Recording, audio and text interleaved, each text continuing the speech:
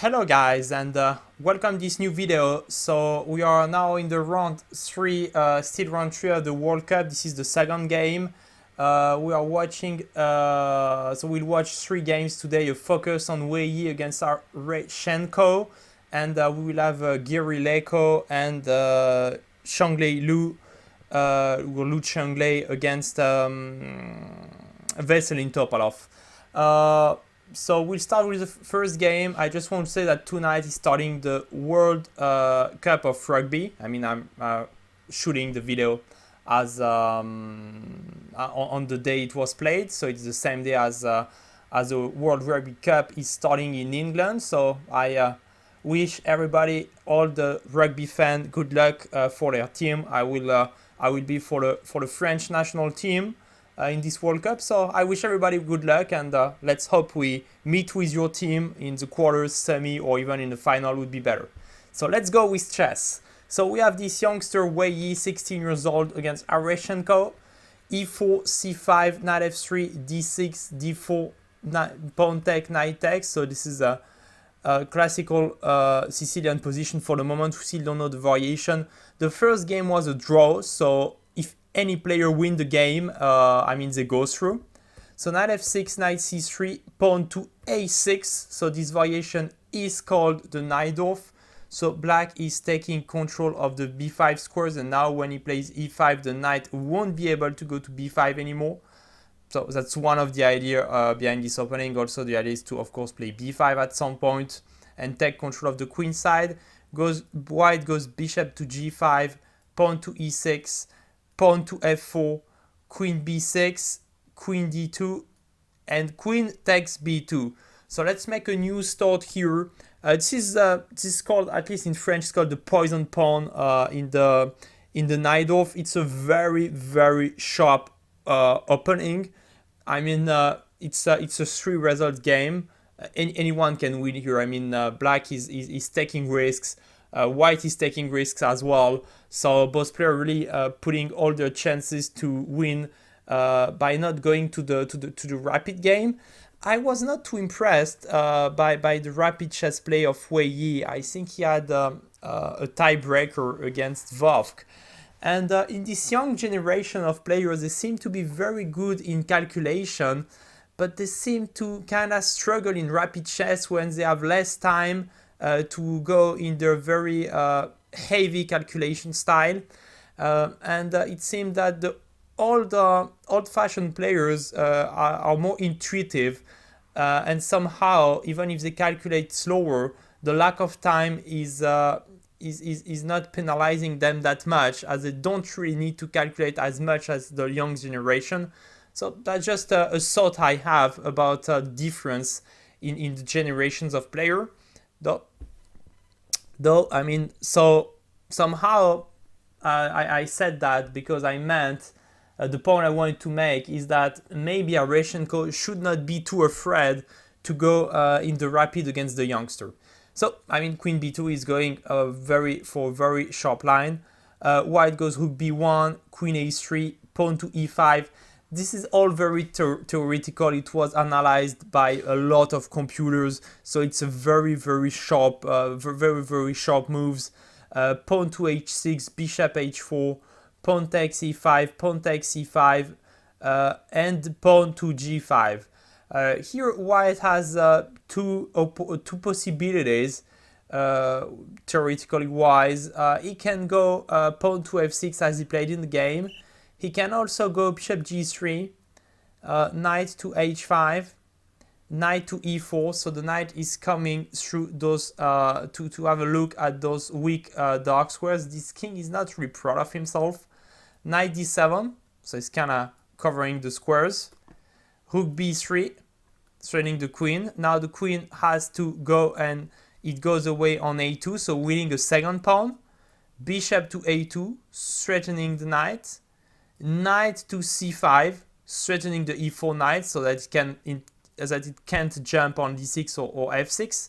Knight c3, threatening the queen. Knight takes b3, threatening the queen himself. Knight takes b3, bishop b4, and bishop takes h5. So I'm just showing you this is the game Rajabov between and this is the game between Rajabov with the white pieces against Grichuk, and this is just an example of the total mess that could happen in those kind of games. Of course, Wei Yi and Areshchenko are well aware of those games, especially Areshchenko, who took the pawn on b2. Of course, he's aware of that, and it's really a poker game. It's like you really have to go. I mean, you need to have a novelty here, or you need to bring the opponent in the line where you are comfortable. I mean, most of the time you'll have a novelty, and it's a bit like poker. Like, what are you going to choose? Where are you going to go? I mean, what are the moves you will decide to play? So here he decides pawn f6, gh4, bishop e2. So this is also theoretical. Queen a5.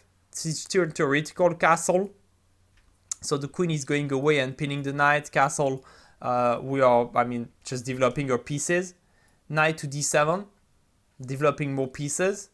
And here is the novelty of Wei Yi. So the move here is king h1. I mean, the theoretical move so far, which was made by queen g5, straining the exchange, rook f4, and e5. I won't go further. It goes with some very complicated knight d5. I mean, and both players are attacking all the way. I mean, knight d5. Let's go through that. Pawn takes, queen d4. King d6. So White is attacking really strongly with this king being pretty much naked, but black is a piece up, is a bishop up. So I mean, very complicated. But Wei Yi deviated from that and he goes rook bd1. And usually the players that plays the novelty, he has some kind of advantage, especially if his opponent is not aware of the novelty. Because in those sharp lines, it happens often that one plays the novelty, but the other one already saw that on its computer, so it's not a novelty for him. And so it's, again, it's poker, but it seems that he kind of surprised Areshchenko. Areshchenko runs through by bishop b4. I mean, no, he runs through by pawn to h3, sorry, first, straining the pawn. Maybe he wants to play queen g5 now and force the queen exchange, or pawn takes g2 even. I mean, white just go g3, so it's pretty typical. Just going away. Anyway, black can't really take advantage of the g2 square for the moment. So now bishop to b4. The knight is pinned. He's attacked 2 times. Queen to e3 from right. So he just ignored the threat. He could have tried to protect the knight by rook f3, but it was too passive. So he decides to go queen e3. I'm sure he's still in his preparation. And black here could have tried the move queen e5 to thread the thread, knight e4 and bishop c5. So this was a way white could have continued trying to put some pressure on this king. Now the knight is pinned, and if you go to h1, maybe the other one will get pinned. So again, very complicated. Black is a pawn up, but white has compensation. This king is still in the center and some pieces not developed. So unbalanced position here. Black decides to go bishop c3. I mean, this is a free knight, isn't it? And white goes knight takes e6 now, giving up another piece. So now black is going to play queen e5, covering the e file. He could have gone pawn to e6, queen e6. So black is 2 pieces up for a pawn now. King d8, queen e7, king c7, queen d6, king d8. And this is the whole idea of this novelty by Wei Yi. It doesn't take risks. I mean, look, if you're sitting at the Areshchenko place here, you calculate this variation. You know the kid, the youngster, he had this position on the computer. He surely had it. And you see that the less he can play is queen e7 if he wants. He can just go like that. Check, check, check, check, and it's a draw. But maybe he has something stronger, like pawn to f7 here. And I mean, the computer shows this is equal, and there is a defense with black. He gives bishop g7, bishop g4. And I mean, it should be analyzed more deeply, because I just analyzed that 5 minutes and maybe someone spent already 10 hours on this position. But I mean, it seems really unclear. And you know the kid had it on the computer, and you know that the kid, if something's wrong, could just go with the perpetual check. So it's very hard psychologically to take this piece And that's what I really like in this preparation by white, is that he's really putting the man under pressure in a knockout competition. So black goes knight queen e5, but here he's sacking a rook. So queen e5, now black is a piece up, knight c7 check. You can't take this knight, can't touch this, because the king is behind. So king f8, queen e5, bishop e5, and knight takes a8. And you cannot, unfortunately for black, trap this knight. If you would go, by example, b5, threatening bishop b7, you think, oh, I'm trapping the knight. It goes knight b6. And now, after knight takes b6, it goes rook d8, checkmate. So you don't have any solution to get this knight. It goes knight takes f6. White goes knight b6, running the bishop. King g7, knight takes bishop, rook f5. So white is an exchange up for a pawn, and this pawn on h3 is really weak. So it's pretty sure white is going to win back the pawn, and he's just standing an exchange up. It's very easy. I mean, it's not very easy, but it's not a hard task for such a player to win. So bishop b8, going away, rook d1, threatening the knight, and the knight is pinned because the pawn is behind. Bishop e7 check, a7 check, sorry, king h1, bishop d4, spreading the knight, bishop to d3, the bishop and the pawn protecting each other, rook c6. Now white goes pawn g4. He wants to open up file in order to get threats, and also when the pawn are exchanged, the h pawn against the g pawn, it will be pretty easy for white to go one way or another to win the h3 pawn and make a side pass pawn. So rook c7, protecting the pawn, pawn g5, take, king f8. Now rook g3, we're coming from this for this pawn, knight d5, rook takes pawn, knight e3, rook f4 now. So black is searching counterplay with the knight coming to e3. It's just trying to, maybe I have some things. You cannot sit in defense. He's just trying his chance to create some stuff. But rook f4, nothing's really happening now. Bishop a7. So black is training this pawn. White goes rook e4. So now if you go knight takes c2, white goes rook h8 check, king g7, rook h7, king h7. So he win a rook, but rook e7 check, and white wins back the rook, and is going to win a pawn, and this is going to be a very easy endgame to win with an exchange up and two weaknesses that could be attacked as well as a pass pawn. So black is not taking the pawn, it goes knight d1, rook h8 check, king g7, rook h7 check. So if you take, it's the same story. It goes king f6, now rook to c4. You are an exchange up, so you love to exchange pieces. I think you know this rule. When you are up in material, you want to trade pieces. Black goes bishop c5, and white goes just bishop g6. The pawn is pinned. We are threatening we are threatening rook c7, and rook takes c5. So black could eventually continue with b6, but now white would go rook f4. The pawn is pinned, and white is going to win even another pawn, and it's way too much for black. So Areshchenko resigns, and Wei Yi, the youngster, is through to the fourth round, so he's still a threat. Watching his game, I think it will be hard for him to win, because as I said in the rapid games, he didn't seem that good to me. He's very good, of course, but he's not a top class rapid or blitz chess player, so I think it will be hard due to the format for him to win the tournament, but still he's through the first round, and anything can happen, as we know. Maybe he's so young that he recovers pretty quickly.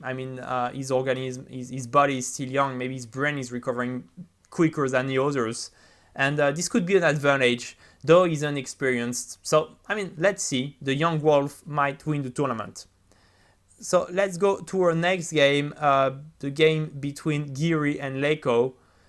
Carlsen said on his Twitter the game might end by 8 draws, or 9 draws even, even in the Armageddon.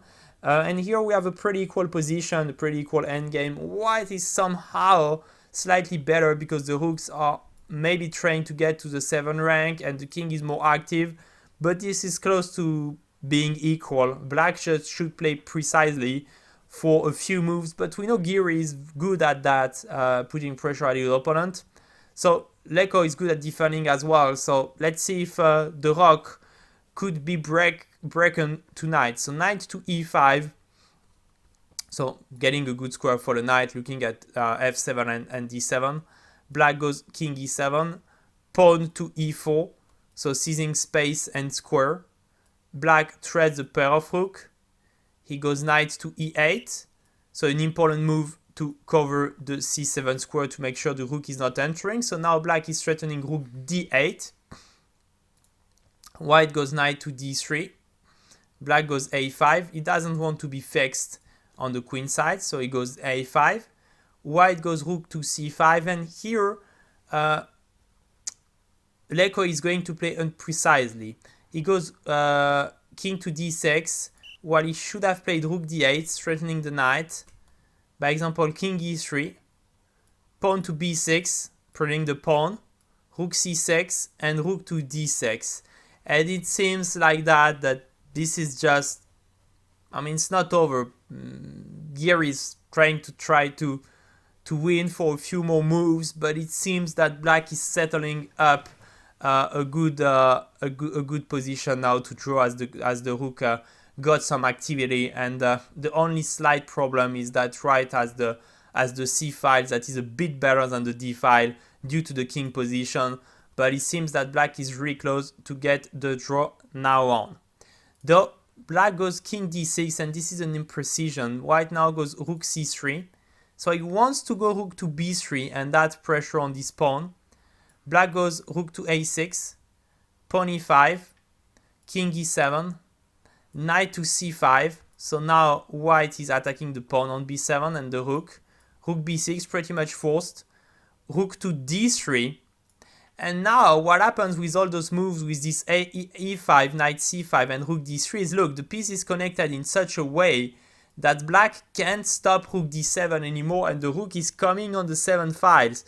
So let me come back now that you see the idea. All those very precise moves, rook c3, rook a6, e5, so giving a check, and he's already taking control on the f6 square to make sure the knight is not coming.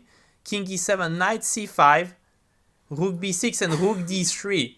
So he really precisely took control of this d file and take a chance to bring this rook to d7. So rook takes b2 is giving up a pawn, rook d7 check, king f8, knight b7, winning back the pawn, rook b3 check, king to g4. So you see this king is really better than the black king as well. I mean, all the pieces are better for white. And now black misses his last chance to be able to contest for a draw. Black has to play g6.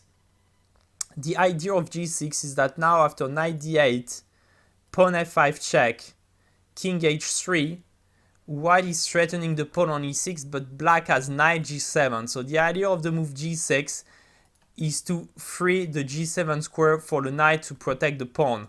So after g6, white has to go knight takes a5, rook b4, knight b7, rook takes a4, and knight d8. And so that's the way the game should be continued. And white is applying pressure, of course, but black might hope still to keep a draw. But he goes rook b4. And now after knight d8, so this idea with f5 is not working anymore because you cannot protect the pawn on e6. He goes king g8, rook e7, threatening the knight, f5, king h5, and you see the knight is what I think we call it in desperado in French. It's trapped. If you go king to f8 to save your knight, white could continue. Let me have a look. By rook f7 check, king g8, king g6, rook b6, and rook a7 by example.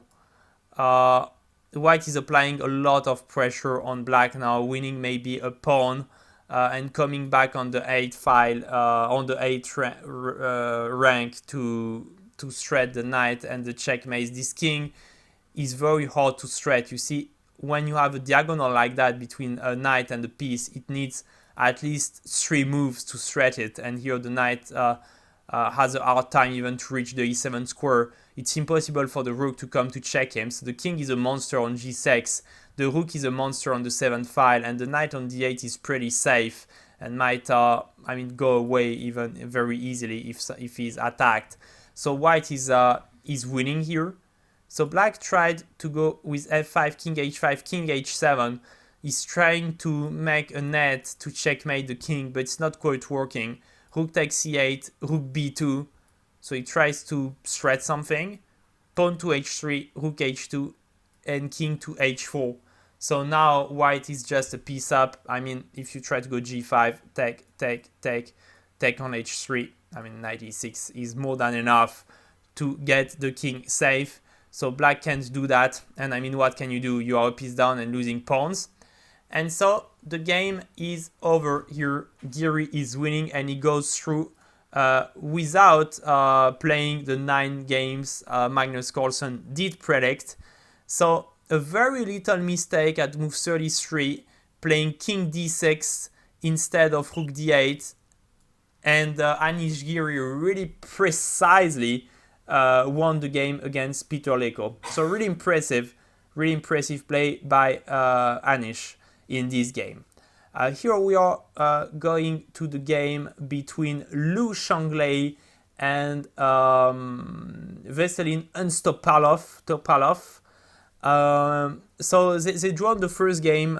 You can rewatch the coverage I did of the game yesterday. So Veselin really missed its chance. And here we have a pretty unbalanced position with white being a pawn down. You can see on the queen side it's 3 for black against 2. But he has a lot of his pieces going toward the king. So it's this game is going out of a Ponziani. And here you will see that Topalov, he could have played king b8 to fight for a win. I don't want to go into details because it's a very sharp and complicated position. But he went queen to a4. And you will see that after this move, it's a lot of exchange coming. Bishop b6, forcing queen takes b3, forcing pawn takes b3, we have to win back the pawn, forcing pawn takes b6. Now white, has a few moves, but he goes rook takes c6, forcing rook takes c6, bishop g4, pinning the rook. So black goes king d7, it's forced. Rook e1, threatening the rook. Black develops his bishop and win the pawn, logical. Rook takes c6 now. Black winning back the knight. So, it's pretty forced again. Rook takes c6 check, king e7. Rook e6, rook f7. White goes king f1, because if he takes the pawn on b6, it's met by, I'll let you guess it, bishop c5 check. So he goes king f1. Pawn to h5, bishop f5, rook h6, developing the PC, the rook, and protecting the pawn. Rook takes h6, pawn takes h6. Black is still a pawn up, but this is opposite bishop colors, and just 4 pawns against 5 and more of that. White could go bishop c8 and win back the pawn. So it's a dead draw. So from this position, after bishop f3, really sharp position, very complicated, Veselin Topalov goes queen a4, and after 10 moves there are no more pieces on the board, and the game is just drawn. It's really risky for Topalov because Liu Shanglei is one of the best blitz player in the world. He was making some insane results in the World Championship last year. What's his rating in blitz? I'm trying to find out. I should have prepared this before the video. I can't find now. Wait, if you have a second, I'm having a look. Well, I cannot find him, but I know. Okay, his rating in blitz, is 2,780. So he's a very good blitz player. Indeed, he's number 16 in the world, and he must be as well good in rapid as all the blitz players. So we could see I think we could see an upset if Lu Shanglei can keep it, can play a couple draws and go to the blitz. I think he really has chances to win the match against Topalov. So Veselin and Topalov is in danger to win, to go through the fourth round. We could see a player under 2,600 gets to the fourth round. So I mean, let's see tomorrow, but an upset might be on its way. So thanks for watching this video. See you after tomorrow for the fourth round. Bye.